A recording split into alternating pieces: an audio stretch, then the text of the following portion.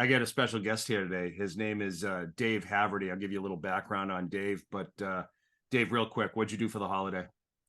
I went to my sister's house, had dinner with my parents, actually two of my sisters, wife with kids, my nephews. Nice day. How about you? We hosted. My in-laws came over. My brother-in-law came over with a couple of my nephews and one of his girlfriends. So that was nice. My dad Very nice. stopped by. Still have a ton of leftovers. I don't know if you took anything home, but we No, and that was really dumb. I wish we had taken more leftovers. My wife had all this talk about making like these stuffing waffle sandwiches where you like put stuffing in a waffle maker and it sounded good. I wouldn't eat any of it, but yeah, I should have brought some leftovers. So I'm at least have some turkey all right. Well, swing by my house. I still have some. on the way. All right, let me do a formal intro for this guy. Please. I've already given you his name. His name is Dave Haverty. And full disclosure, Dave is one of my clients. I don't know why, but he can explain that later. So Dave is the co-founder of a company up in Portsmouth, New Hampshire called Seaglass Technology Partners. They're a technical recruiting firm. They're thriving in the world of AI, which stands for artificial intelligence for those that aren't in the know. They also specialize in data and emerging technologies. Here's a little background on Dave, which I find interesting. I didn't know all of this. Dave's been in multiple plays, including a musical. He's been in a music video on MTV. He's headlined a small music festival. And he's been in a major motion picture, which I cannot wait to hear about. He gets the best types of cancer. So this is The best. the best. Nobody gets better cancer than me. This is unbelievable. So you're my second guest in a row where we're talking about cancer, but that's such an interesting way to. We'll get to that. Okay. I can't wait to talk about that. Just real quick, don't shut this podcast off. I know you don't want to hear that much about cancer. I promise I won't talk about it too much. Okay. Go ahead. Fair enough, Dave. Fair enough. Best. Let's see. He's an enthusiastic hockey dad of two of the greatest athletes, daughter and son, Dylan and Jack. And then Dave's wife, Alicia, she deserves a medal for tolerating all of his bullshit, according to him. So Dave Haverty, That's true. thanks for being here. Thank you. And you know what? While we're on the topic of bullshit, what is this podcast rated? Well, it's rated clean. I don't have an explicit tag, although every once in a while we do drop a couple of off-color words. Is it was like PG-13? Yeah, it's probably PG-13. I think Okay. that's So you get like one F-bomb per movie? Yeah, usually I don't drop the F-bombs. I'll drop well, you can always edit. You told me you could edit that out. So actually, if you have a list of words I shouldn't say, just read them now. I'm not reading them all. Are you kidding me? Right now, in today's environment, I'm not reading any of that stuff. You know what? That's probably a good idea. Okay. So Dave, let's you and I are probably going to talk for I'm going to say 18 to 20 hours if we're not careful. But so there's so many things we could cover. Some of it's heavy, but I think you add some levity to even the heavy topics. But why don't we start a little bit light? First of all, by the way, it was nice seeing you last week at Topgolf. You too. Topgolf is fun. Yeah, I had a great time over there with you and Mike. Mike Massey is Dave's partner, by the way. My business partner, my life partner. Your life partner. So why don't we start light? Why don't we just start? Tell me a little bit more, or tell everybody who's listening a little bit more about Seaglass, why you get into this business, and then we can kind of dive into some of the personal stuff. So Seaglass Technology Partners started in May of 2014. So this May will be our 10th year in business. Started out with myself, two other partners, Mike Massey and Dave Simpson, who's recently retired. And we had worked for a lot of crazy people in the staffing business and said, why can't we do this on our own? So long story short, we had purchased a division of a company that we were working for that focused on IT staffing. We rebranded as Seaglass, made some changes. It's been a crazy ride for the last 10 years. A lot of things have happened. A lot of things have happened in the market and in the world. But we're still here, and we're doing better than ever. 2023 will end up being our best year ever. That's fantastic. That's fantastic. And I know it's kind of nuts out there. Some of the companies in the space are struggling right now, candidly. And the fact that you're not that's pretty impressive. What are you doing differently? It's a good question, because it's something I've thought a lot about. And I think a big part of it is we focus on quality. There's a lot of crap out there. We try to make sure that every opportunity we get from our clients, we take advantage of. So our fill rate is really high. And as a result, we have a lot of repeat business. Our clients come back to us repeatedly.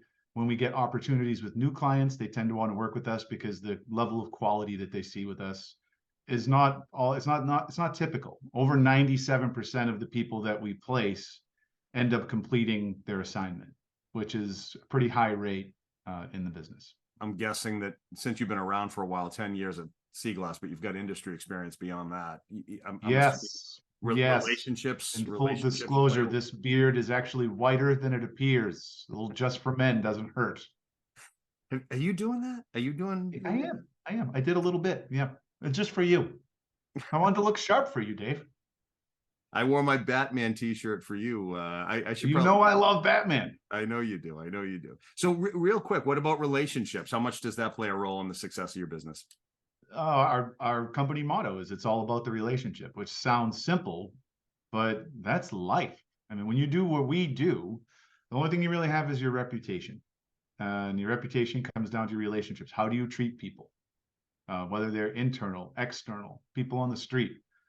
If you develop a philosophy of treating people well, it's not necessarily what can this person do for me, so I'm going to treat them well.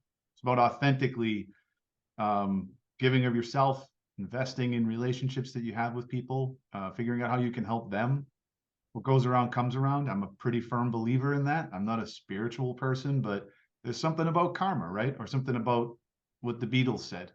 And in the end, the love that you take is equal to the love you make, right?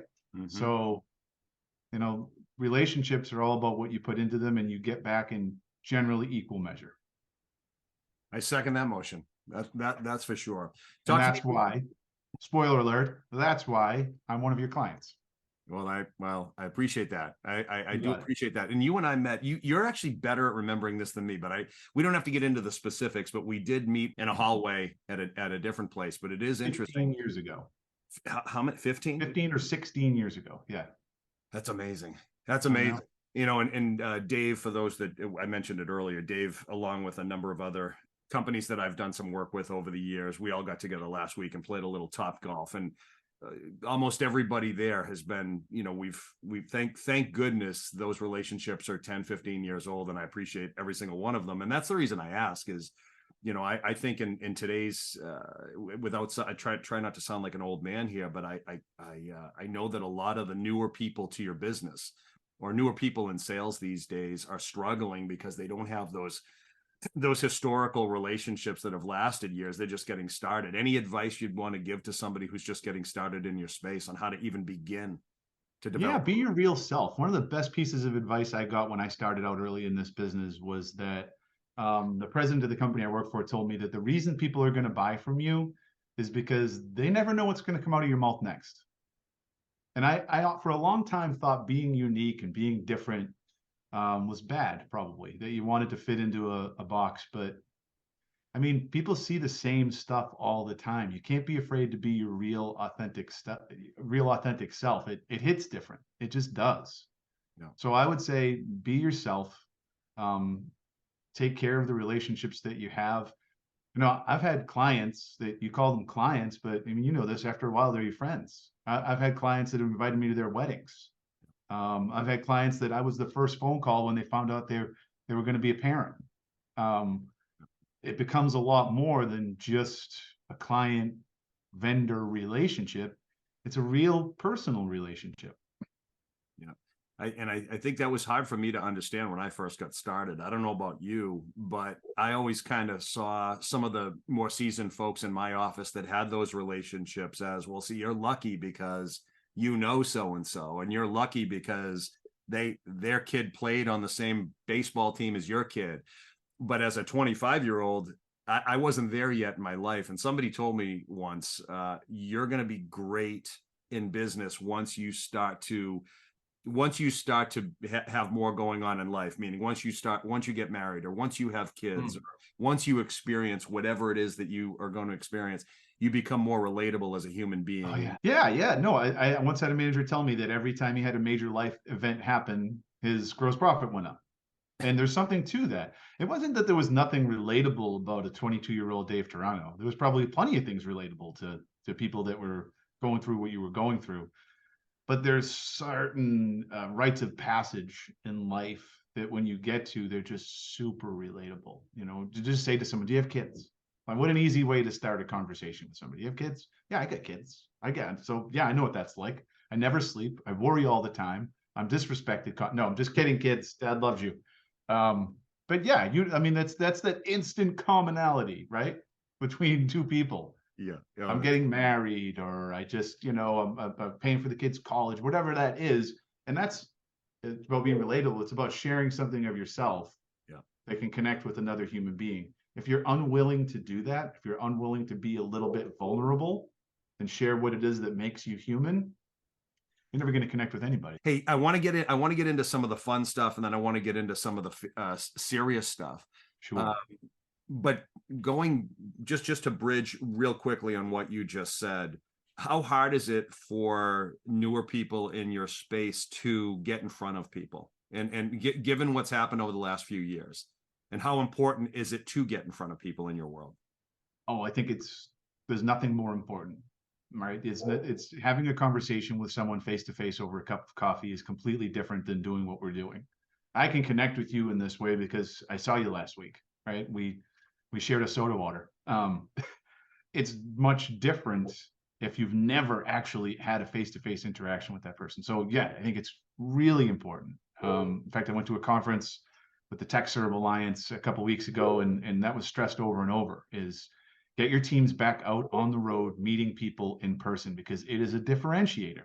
Now, is it difficult? Yeah. It's a lot more difficult than it was when I started out 100 million years ago. Back in those days, you drove into an office park and, you saw a bunch of different companies, and you'd walk up to the door, bring them a jar of candy or what have you, right? Remember those days? Oh yeah. It's different now. A lot of people aren't in offices, right? This distributed workforce, people working from home. So I think that you have to be more creative. You have to kind of meet people where they are. Is there a coffee shop near your house that you love? Can we go grab a coffee there? There's different ways to do that, but like I said, meet people where they are. Yep. But it's super important.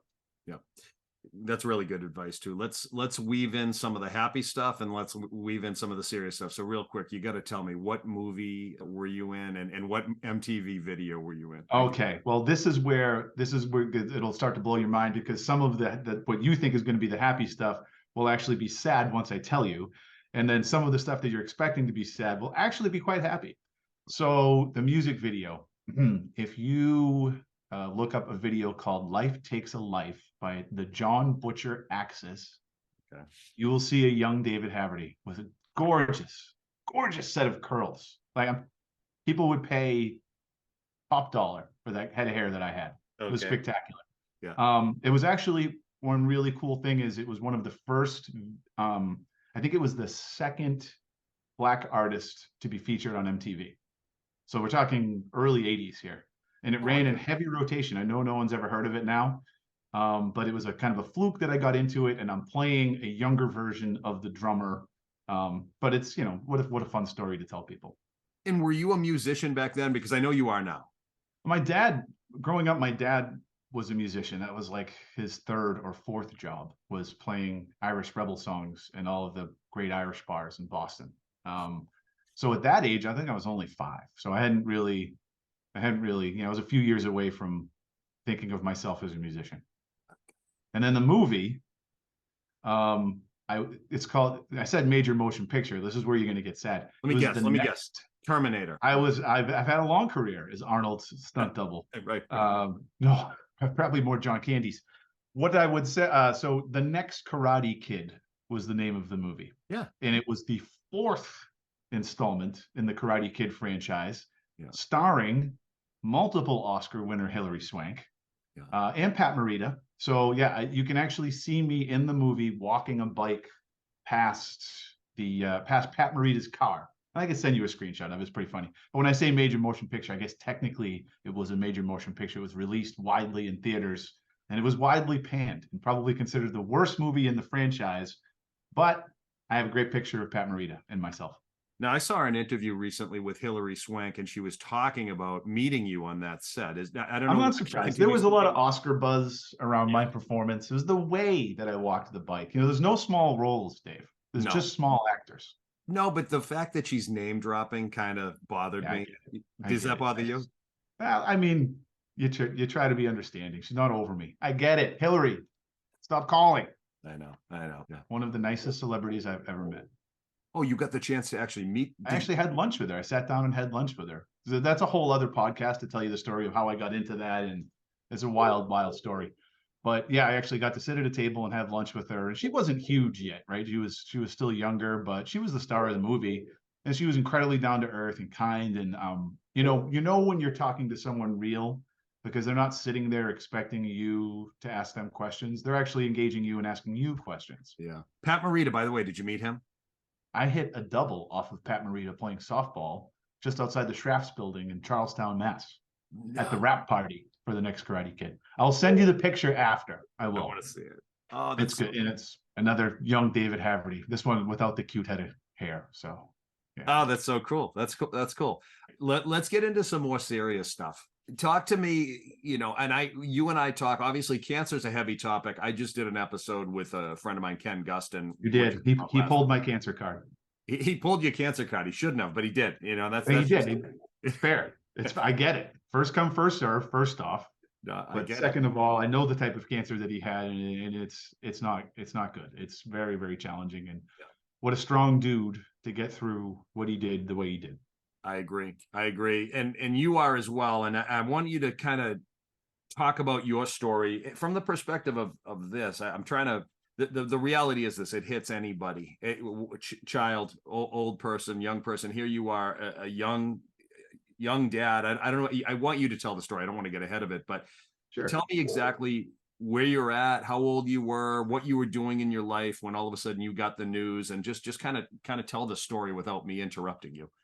Sure. I was 34. I was kind of coasting through life a little bit. My kids were 2 and 3, and I was loving being a dad. Don't get me wrong. Like, that was one thing that changed my life, was the moment I became a father. I think you know that. You finally realize, like, what is the point of all this? I think up to that point in my life, I wondered, what is the point of it all? And then I had kids and I go, oh shit, that's the point of it all. But I think career-wise, I wasn't dialed in. I just was kind of coasting through, and I don't think I was taking care of myself. I really wasn't taking care of myself. I was extraordinarily heavy. I didn't eat right. I didn't exercise. So out of the blue, I think I tell this to people, you're worried that at some point you're going to have that uncomfortable conversation with your doctor. And when you go in for something normal, they're going to say, hey, there's something bad I got to tell you. In my instance, I started getting these bruises, and I started being short of breath. So I called the doctor. I was Labor Day weekend of 2011. And just basically on the phone call, the doctor said, you need to get to the emergency room right away, immediately. And I spent the next month in the bone marrow unit at Tufts. And I didn't have a bone marrow transplant. I asked 2 doctors recently that are friends of mine, to look at my blood panel, because I didn't want to over exaggerate the situation that I was in. But what they told me was essentially, you were critical. You had no white blood cells in your body. You had no platelets. I was a dead man walking, right? I was more dead than alive, probably, but mostly dead. When I got to the hospital, I was there. I couldn't be in contact. I couldn't really see my kids. I went through 4 intensive rounds of chemo, a lot of pills. And it was a drag, man. It was the first 6 months I was in and out of the hospital almost daily. I was there for a month when they saved my life, right? When they get you out of the ditch, right? And then they get you back to normal.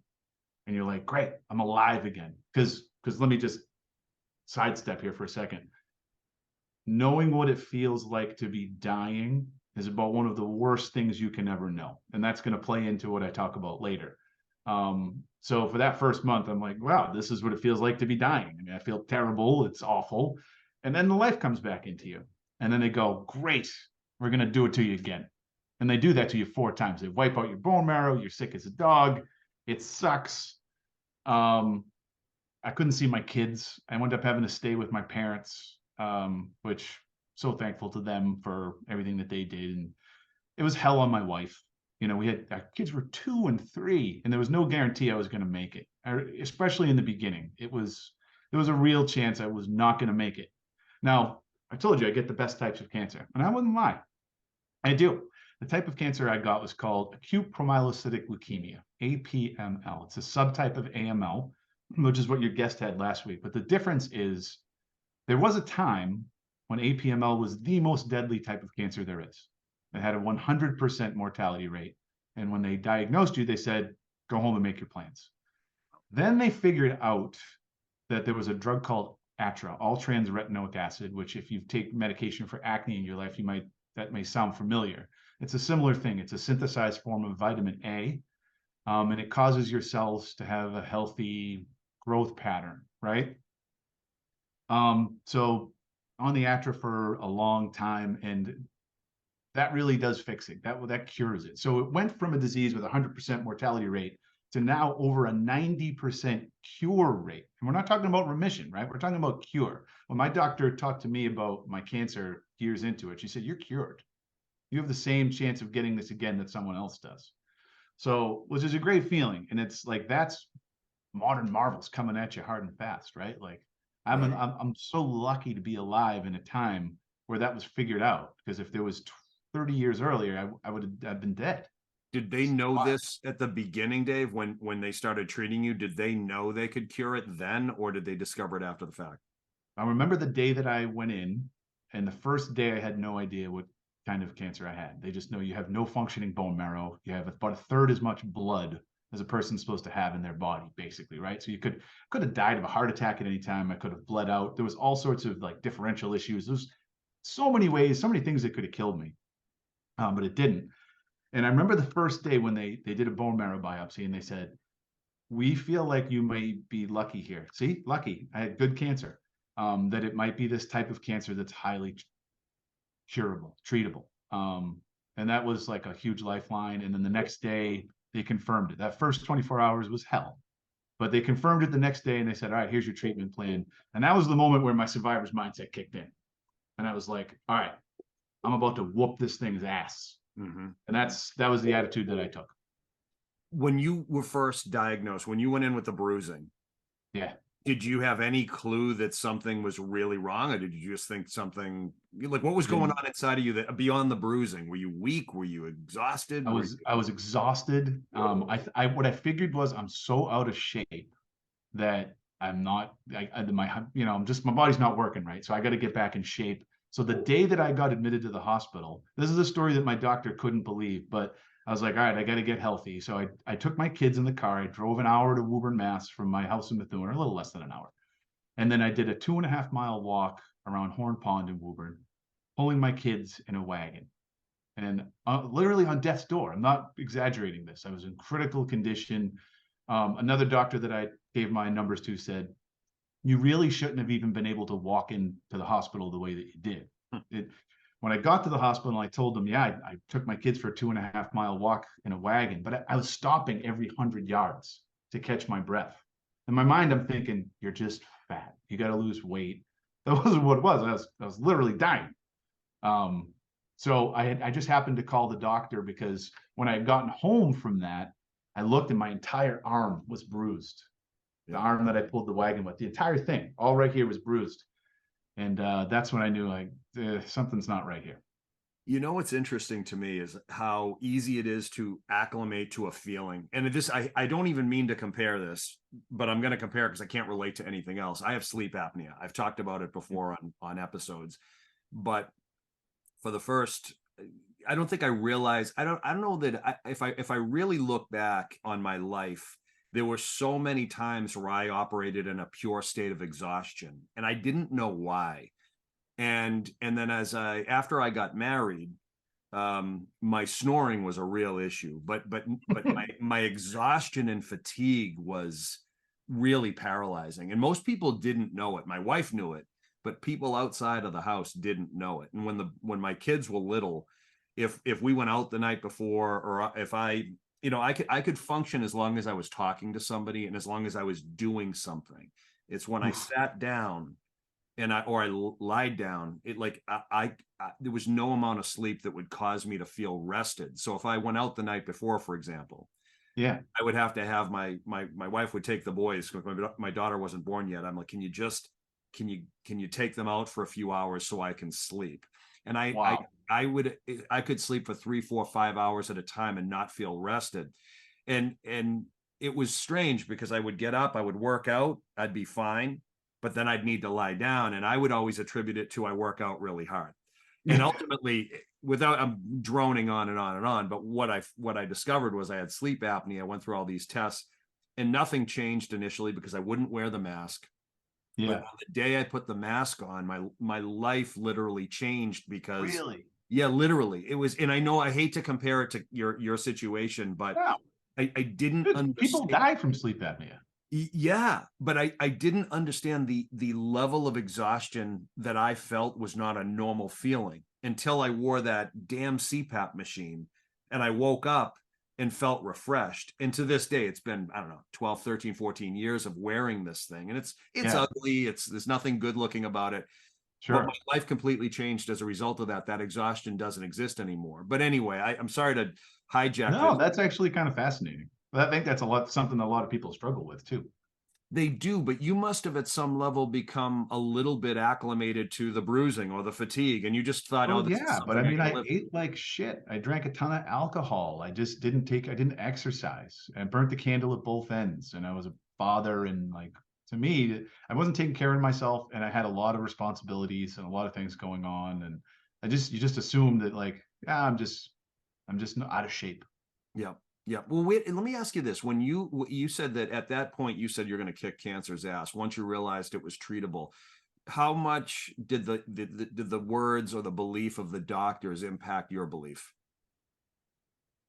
Um, a lot, a lot. It's hard not to read into that, but they know what they're doing. I'll tell you a story that I love to tell people. First day that I'm in the hospital, I don't know what's going on with me. And this is all about mindset, this story. I don't know what's coming at me. And so it's that fear of the unknown is awful. Everybody can relate to that, right? There's something hanging over you and you don't have any control. You don't know what it is. So that first night I was in the hospital, not knowing if I was going to live or die, I was crying, sitting there in my bed alone, crying. And a nurse came in and she was doing the things that she had to do, and I'm crying. And she turns and looks at me. It was probably like 1 a.m, and she goes, "How long are you gonna do that for?" And I was like, "Pardon me? I just found out I'm dying, lady. What do you think?" She's like, "You think that's gonna help you?" I mean, cold as anything. And it hit me. It hit me like a glass of water in the face because I had already been through this survivor's mindset in my life. And that's the curveball I'm going to throw at you. I knew what I needed to do. And that was the slap in the face that I needed. And I went, you know what? I wrote it down on a piece of paper. No matter what they tell me tomorrow, I'm going to kick its ass. And nobody else's reality is going to be my reality. I'm going to make this happen. The body believes what the mind tells it to a degree. And I'm going to be the best case scenario for whatever it is that I have. And that was the mindset that I took from that moment out. And the next morning, when they told me that I had APML, I cried again, but they were tears of joy. Relief. And the doctors they were taken aback and they were like, "I've never seen someone so happy to get a cancer diagnosis." And I was like, this is beatable. And they were like, "Yeah, but you're going to go through hell. You're going to lose a year of your life. Basically, the next year is going to be awful." And I'm like, "That's fine, because I'm going to be there to walk my daughter down the aisle someday." What do you mean when you said you've been through this before? I didn't get the survivor's mindset from cancer. Where'd you get it? I got it from a difficult life growing up.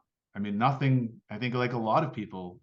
So let me just say this about the survivor's mindset that I'm going to talk about. If you are this like alpha male, rock star salesperson, or just life has always made sense to you, you never really struggle at anything, this is not for you. You can skip this. But if you're a person who's had trouble, if you've run into obstacles here, there, and everywhere, you probably relate to a little bit of what I'm saying. And growing up, I had a lot of challenges. My parents, there's 8 of us. I'm the youngest of 8 kids. So my parents both worked multiple jobs. They worked really hard, but money was scarce, right? So financial insecurity was a thing in my life growing up, and that affects you. Affects you probably as you become a teenager. You start to become more aware of things that other people have that you don't, and the judgment that comes with that.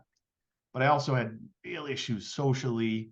I had a family member, a sister who became horribly ill, who was stricken with a really, really bad situation that became chronic and lasts to this day. And there were challenges everywhere. And I won't get into all of them, but as a result of it, in my early 20s, I was listless. I had no direction. I was not going anywhere or doing anything. I had tried my hand at a music career and failed, and I didn't know what I was going to do with my life. And I was horribly depressed. Mental illness, right? That's the big thing that I think I want to talk about. It's mental illness. And I struggled. And a lot of people struggle with this, and people say, talk about it, but people don't, right? People don't talk about it. So I'll tell you, yeah, as an early 20 something, I couldn't find my place in the world. I didn't know what I wanted to do or how to get there. And I went and saw a hypnotist, which is going to be like, what? Hypnotist? I don't think he ever hypnotized me, Dave. Have you ever seen a hypnotist? Yeah, Frank Santos, the R-rated hypnotist. Well, he's a lot of fun. I actually have a great story about him that I'll tell you offline. But I don't think this person ever hypnotized me. This guy's name was David Gilgun. He was a fascinating man of a lot of really great contradictions. But what he would tell me was changing your life is as simple as changing the way that you think. And I said, that sounds like a self-help book. It sounds like bullshit. But I said, I don't know that people can ever really change. Maybe I'm just what I am. And he showed me strategies to get through what I was going through. He showed me that there was something about my personality that liked having my back to the wall, that if I could sort of channel that energy of feeling like, he called me an iconoclast. He said, you like being different, and you could cry about it, but you like being different. So, with your back to the wall, formulate a plan, start working through it, fight back. You are an active participant in the happiness in your life, an active participant. That changed everything for me. So I realized, all right, what do I want? And I literally made a list of things that I wanted to accomplish as a person who was in his early 20s, living in his parents' house with no college degree and no prospects and no skills, really. And I accomplished pretty much every one of them. How? Well, I mean, I think the first thing you got to do is really take an assessment of where you are. What is it about my situation that I don't like? What do I want to change? What can I control? What can I not control? Right? And that, no, what is the difference? But the things that you can control, start taking one step towards them every day. Now, things just seem insurmountable, but what's the easiest way to eat an elephant, right? One bite at a time. Put one foot in front of the other and start marching towards your goals, and make a list of them. Make an actual physical list written out by hand, or kids today, probably in your phone, right? But that you can look at, say, what did I do today that got me a little bit closer to my goals? Yep. And that mindset, I adopted that, and it got me pretty far from where I was up until the point that I got cancer. And I think I started to get a little away from it. I think I started to feel like, well, life just happens to me. Things are just happening to me. But no, I mean, we're all an active participant. Things are going to happen to all of us. Yeah. Tragedies are going to happen. Difficulties are going to happen. Obstacles are going to come up. That's how you react to them. So when cancer came, other than that first day where I felt sorry for myself, and that's okay. We're all entitled to a day now and then, especially a day like that. But the next day, I formulated a plan, and I remembered, all right, what do I need to do? I need to keep my mindset with me all the time. I need to, and that's an overused word today, right? But I need to remember that no one else's reality on this entire floor, this entire wing of this hospital, is my reality. Just because they're sick doesn't mean I'm sick. When I go through chemo, doesn't mean that I'm going to get sick or whatever. I'm going to be the best case scenario for every single thing that I went through. And I kept that mentality every day. And to my doctors and nurses would come in and say, how are you doing today? And I would say, I am living the dream. Living the dream. Today's the best day of my life. And I made myself believe it. I said, something good's going to come of this. And it did. It changed my life. It really did. Are you thankful for the adversity you faced when you were younger? Yeah, which is hard because, and we haven't gone into that too much, but there was a lot of really challenging things. There was some of it I walked myself into, just not being prepared for life. Some of it shouldn't have happened to me, but it wasn't easy, and it required a lot of mettle really to get through it. So, but am I thankful for it? Yeah, I like my life. I've got a good family and a great career, and so I probably wouldn't be the same if it hadn't happened. Yeah, it's so interesting to me as a younger person. I would blame we did not have a happy home, and I would blame the circumstances, say, on my parents, and it was dysfunctional. There was no hiding Yeah. that. Anybody that knew us, family or friends, knew it was a dysfunctional place to live. And but I blamed it too. I always had the excuse of pointing out that, well, we live in a crazy house, and that got me nowhere. And it wasn't until you get to a point in life where you just say, this is just my parents did the best they could. They just did the best they could. Yeah. Yeah. You start to get acceptance is big. Yeah, right. Nobody sets out to instill dysfunction into anybody else, or no sane person does. But unfortunately, it happens to a lot of people. Not most people don't grow up in just a state of harmony. I think Sure. it's more typical to grow up in a state of, maybe dysfunction is a strong word, but there's some volatility in life that we all need to learn Yeah. how to go through. So I'm thankful for it. I really am. I'm very, very thankful for it, because I don't know that I could have done anything that I've done as an adult without having gone through some of that stuff as a kid. And by the way, I'm not painting a grim picture. Sure. It wasn't hell on earth, but it wasn't happy either. So that's Yeah. the answer to the question. Yeah, actually, I find that interesting because I had challenges growing up, but I grew up in a house that was just full of love and really close family. Um, but there were other challenges. But I think you and I have kind of come to the same point later with very different roads to get there. Yeah. You're a really empathetic person, really caring person, and I wonder, like, it's interesting that I think we both kind of came to the same junction in life, right? But took a much different road to get there. Well, for me, if I didn't get out, if I didn't start expanding beyond home, I wouldn't have gotten there. I'm lucky to have come across good people in my life. I'm lucky that I decided to channel curiosity, quite frankly, because if I didn't start becoming curious about stepping outside and learning or trying new things, I don't know where I would have gone. But it's the experiences. So which kind of dovetails into my next question, where you had said, you had referenced self-help, and there's a squishiness and a softness, and almost like it gets mocked. That's like a Truthfully, pejorative. yeah. And the reality is the people that I notice in life that tend to have a cynical view of that type of stuff that I've experienced, they haven't had the experiences. Most of them haven't left their neighborhoods. I guess where I'm going with it is, you've gone through cancer, for God's sakes, and you've had some challenges Yes, in life. And you twice. twice cancer. Yeah, well, the second one was another great kind of cancer. It was a skin cancer, but it was the best kind of skin cancer. I told you, I get the best cancers. So, and a lot of people say, "Oh, skin cancer, that doesn't compare to leukemia." Trust me, right now, you're in that doctor's office, and they say the C word. Yeah, it's a similar reaction. Yeah, you hit the lottery again. I'm a lucky guy when you think about it. Well, the fact that you can think about it that way is pretty cool. Like, the reality is this: given what you've gone through, and I want to get into how your family responded to all of it as well, but given that what you've gone through, my gut feeling is you would not be here. And I said the same thing to Ken last week. I don't think you'd be here if you didn't think that way. And for that to be trivialized as, well, that's just self-help talk, or Stuart Smalley bullshit. Oh, I agree with you. I do agree with you. I think I'm at heart probably a fairly cynical person. It's part of my upbringing of being Boston Irish Catholic, right? It's just we have that dark humor, right? That gallows humor, and you want to pick on everything. But no, that mindset was important. Like keeping it light, like you said. I mean, remembering to laugh. I'll tell you, I used to go into the. I was so heavy. I was probably 280 pounds because I was on the steroids and I had blown up and I was heavy already. And I would go into the infusion center where I was getting my chemo and I would say, "Hey, how come I'm the only fat guy in here?" That joke would kill. I'm telling you, they love that joke. And I'm like, "What is it? What, you putting Crisco in me? Like, what is going on?" But it was good. It was good to have a little levity, and because it was so heavy in there, people wanted to laugh, and I wanted to laugh. Like, I wanted to get through it. I think humor was a big part of it for me. Like, joke about it, have some fun with it, because I'm not a spiritual person.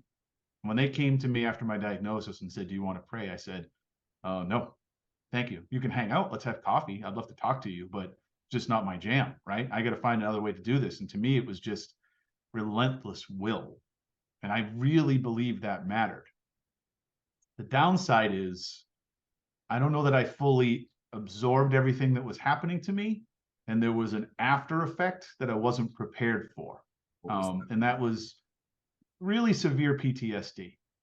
And I think it was okay to compartmentalize as much as I did going through it and saying, like, I'm not going to deal with this right now. And that was one of my, if I'm getting a horrible test done or some really invasive procedure, I'm not going to think about it. I'm just going to go through it and I'll think about it when it's over. That was my philosophy. Sounds weird, probably, but it worked for me. Just, I'm not going to even process this. I'm not going to deal with it. When it's over, I'll think about it. And that's sort of how I went through cancer. I'm not going to think about the impact on my body. I'm not going to think about what does this mean for my life. And then it was done. And then they said, you're good, you're cured. And I went, how do I go about the rest of my life now? Like, what does this look like? And it was a mess. It took me a couple of years, really. Well, let me ask you this. I saw something on 60 Minutes last night, and I forget who it was. Last name was Schmidt. He did 3 tours in Afghanistan or whatever. Anyway, he's been processing PTSD, basically just kind of powering through, and then ultimately you can only power through for so long. Yeah. So what is, did you know you were burying something and ignoring something? You were, okay. Yeah, because what happens after you have cancer, and I didn't understand, I can tell you I have perspective on this because I think I told you this previously, is that I remember hearing a Red Sox announcer, Jerry Remy, in his first cancer battle. Yeah. He was in remission and he came back to work and everybody was psyched because they love Rem Dog, right? And then he went out on leave again for mental health reasons. And I remember thinking at the time, because cancer hadn't affected me, thinking, what are you, crazy, Jerry? You just beat cancer. You should feel great. It's hard to comprehend what your mind does to you after that, right? Because you start to think, every time I got a bruise, well, it's back. I got cancer again. And by the way, I didn't have life insurance before I got cancer. So now I'm going to die and I'm going to leave my kids with nothing and I'm going to leave my wife with nothing.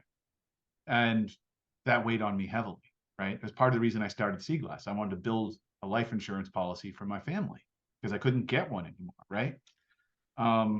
Yeah. So, I mean, the PTSD part was all encompassing. How does that set in? Help me understand what that's like without, Fear. Fear? It's this sense of fear and dread that sort of follows you everywhere.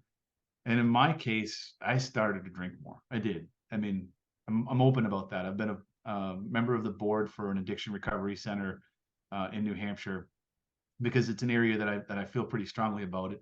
I don't really feel like I was probably your traditional alcoholic, if you will. I didn't need to go to rehab. I didn't detox, but I was definitely drinking because I felt scared all the time. I felt worried. I was just sure it was going to come back and I wasn't going to make it. And I said it was because of that survivor mentality. It's that fight or flight response in your brain. Now you can harness that. You think about like David Ortiz. I keep talking about baseball, which is funny because I don't think I watched a baseball game all last year. But think about David Ortiz, right? There's a person who, that clutch gene, every time he came up to the bat, bottom of the ninth, bases loaded, down by 3, right? He wanted to be in that situation. He wanted that adrenaline coursing through his body because in his mind, he's like, I'm better at this than you are. I'm good at this. I'm good at this pressure. That's that survivor's mindset. My back's against the wall and I wouldn't want it any other way because I'm ready to attack. Now I'm so laser focused on what I want to do. The problem with that is when you stay in that mode forever, and the stakes are that high, your body breaks down. Like you need to rest. You need to rest your brain. You need to get help to work through it. And that's what ultimately did it for me, was taking the time to get some help to figure out my shit. Yeah, well, on one level, it required your belief on the front end to get through it. You decided, hey, I'm going to fight this. I'm gonna win, and so your mindset served you there. But it's almost like you probably realized after the fact that I never gave my mind a break. So no, I never did. Right. So, and there's so much power in letting go, and there's so much power in realizing that we really have no control. We don't, but that can be beautiful too. Yeah. the unknown. You can fret about it every day. And I like, that's the point that I ultimately got to, was talking to someone and they said, all right, well, let's assume that the thing that you're worried about today, whatever it is it you feel like your heart's beating weird? Is it you feel a bump in your side, whatever it is? Let's assume that the worst case scenario is true, that it's terminal and you're going to die tomorrow. What are you going to do with the next 24 hours? Are you going to sit there and be upset about the fact that it all ended too early? I mean, none of us are getting out of this alive, right? We got to make the most of every single moment while we're here. And it's hard to get yourself into a position sometimes where you can take advantage of that, but you shouldn't lose sight of it. It's like Warren Zevon said, enjoy every sandwich at the end. I mean, something as simple as a sandwich, right? Enjoy it. Alicia and Dylan and Jack were little, so my guess is they don't have a strong recollection of what went on, but Alicia does. Yeah, it was hard on her. It was really hard on her. It was, that's where it gets tough to talk about. She went through hell, and then, I think we both acknowledged that we weren't prepared for it, right? I couldn't imagine going through what she went through, which is 2 kids, no life insurance, your husband might die.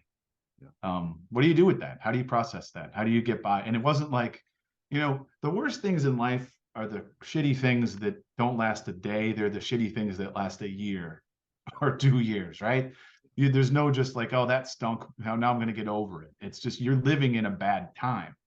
And she was living in a bad time for a while, and I was incapable of doing much. I couldn't see my kids. That was hell.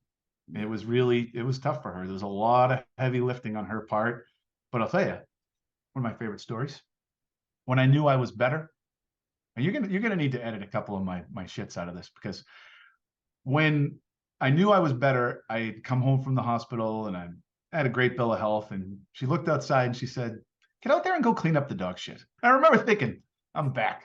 Yeah, you've got a renewed purpose. Go clean that shit Exactly. off the lawn. Yeah. And I'll tell you, I enjoyed it.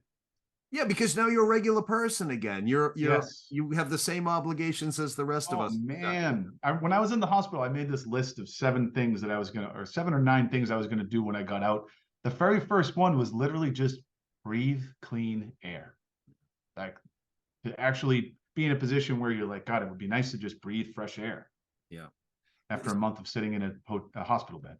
When you were first diagnosed, and you hear that news, everything that you believed up until that point, I would think you started to question everything about what you were at some level in that moment, because now you're a different guy. So I'm curious to get your take on that, and then what you think right now, like what's different between what you think now and then how do you view the future today versus the way you used to view it? Great question. I think that I'll tell everybody out there, I don't have all the answers, but where I've gotten to in life now is I'm starting to get a little bit more comfortable with the fact that I might know the questions that I need to get answered. Right. I think I'll put a blanket apology out there to people that knew me before I had cancer, before I stopped drinking, to say that I feel like a different person. I approach life differently. I appreciate things more. And that wasn't an overnight switch that went off. That was a process. There's a lot of looking inward at myself, and I think I do that every day now. The trick is to not do that to a point where you're being too judgmental on yourself and preventing yourself from, enjoying life. But I feel a lot more, or a much greater sense of wanting to improve everything about me and leaving some sort of a legacy after I'm gone. That's good stuff. How is it changed you as a dad? I know you were a new dad when this happened. I know that, but yeah, and I was, like I said, I was really into being a dad, but everybody, that the thing that parents hate is when that older couple comes up to you with the when you have a baby or have a little kid, and they say, enjoy every minute.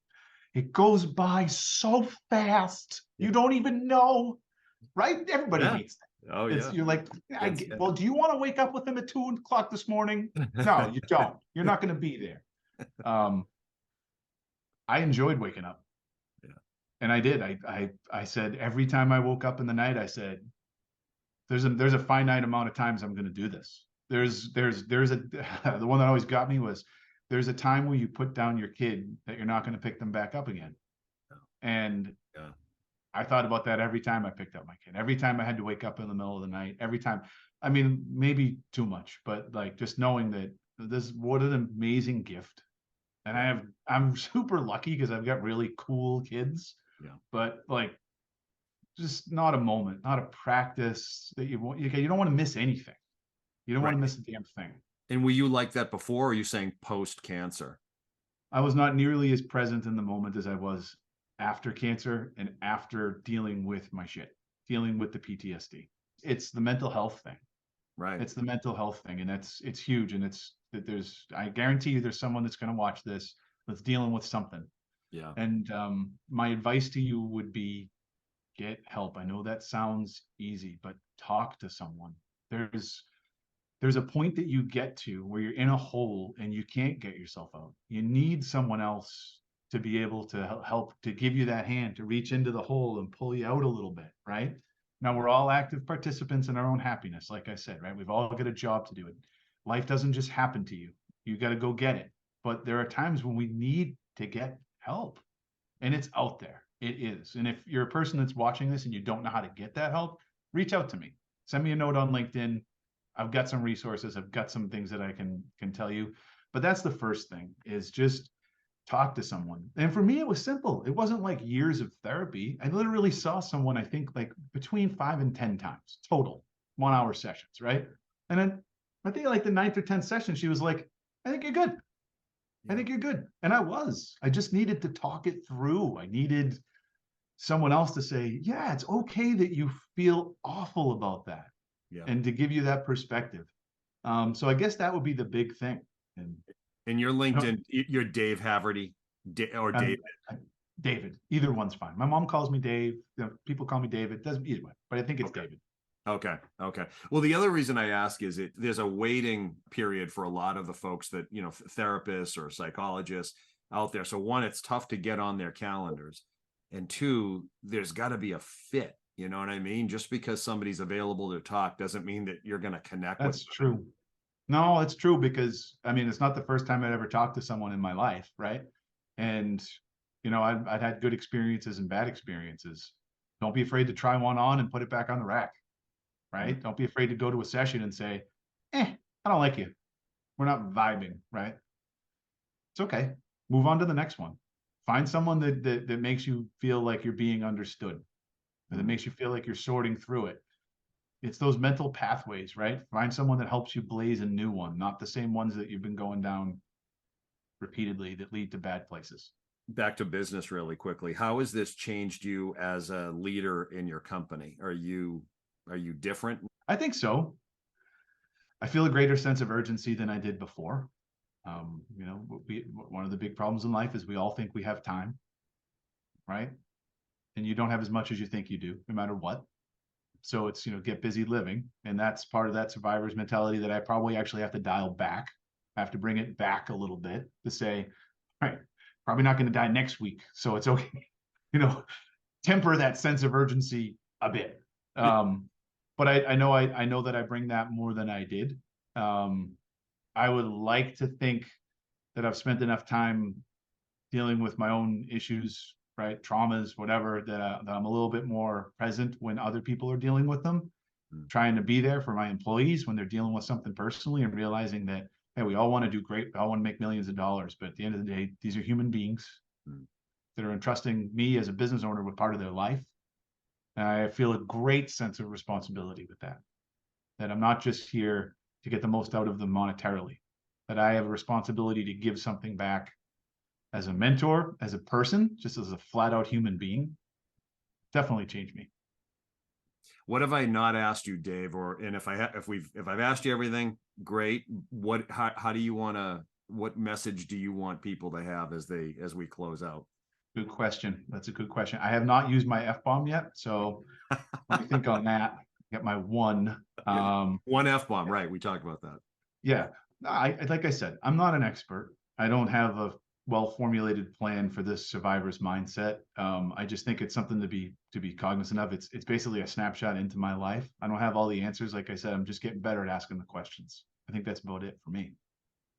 Well, I appreciate it. This was a really interesting conversation. And, you know, the topic itself is sobering. Is there anything that you do that has helped you work through this in a non-therapeutic way, like, or a less formal way? Well, what do you mean? When I made that list of 7 to 9 things I was going to do when I got out of the hospital, one of them was finish an album, and I did that. But it stinks, so don't look it up. It's a really, really use my F-bomb. It's fucking awful. So don't look that up. But I think a bigger one for me has been hiking. You know, I walk every day. I'm 161 days today that I've walked at least 3.5 miles every morning. Yeah. Physical activity, getting outside, not in a gym, not on a treadmill. Get outside, breathe the fresh air, see the trees, watch the sunrise, go for hikes, get into nature. It has therapeutic effects. It makes a huge difference. It has for me. Yeah. So just real quick. So you're hiking, you made a crappy album, which I'm going to give you credit for. It's more than I've done. You stopped drinking. You I haven't had a drink in over 9 years. Great. And I gave you an alcoholic gift last week. Re-gift that thing. No, I gave it to my wife. Okay, good. She needs it to deal with me. Right. She definitely needs it after hearing this. I know she needs it. Alicia, enjoy it. If you don't like it, I'll get you something else. Just let me know. Have you made any dietary changes at all? I've recently been, actually, there's a guy that you need to have on your show. My guru is my food guru that has really changed the way that I'm eating. And in the short time that I've been doing it, I feel completely different. And it really comes down to cutting out processed foods, which everybody's gonna be like, yeah. Trust me, a couple of weeks in, completely different. And that's, I think, big part of it is just cutting sugar out of my diet, more energy, feeling better. You know, that feeling of that old man feeling when you get out of bed in the morning and you're, I don't have it now. And that's just from eating this diet for a few weeks of meat, vegetables, fruit. I mean, it's that simple. So yeah. Well, look, I this is a totally separate. First of all, I'd love to do that. I'd love to talk to somebody who specializes in that area. I totally believe in what you just said. Adam, you're up. I know you're watching. But I believe that myself, and it is insanely frustrating to hear anybody mock that, because and usually the person mocking it is the one that feels like shit. It's that same cynical asshole from Boston. It's from really Boston. Yeah, exactly. So, oh, by the way, you know what? You're a client. So my top most listened to client is Jay Bernetti, and it's been So I'm rooting for this. Me too. God, as long as I didn't come out here and fall asleep, I should be fine. Oh, just kidding, Jay. I love you. I can't wait till he hears this. So, Dave Haverty, thank you so much. Is there anything that I forgot? I could talk to you forever. All right, it probably is. I'll go back and look at my notes, and I don't know. We'll do this again sometime.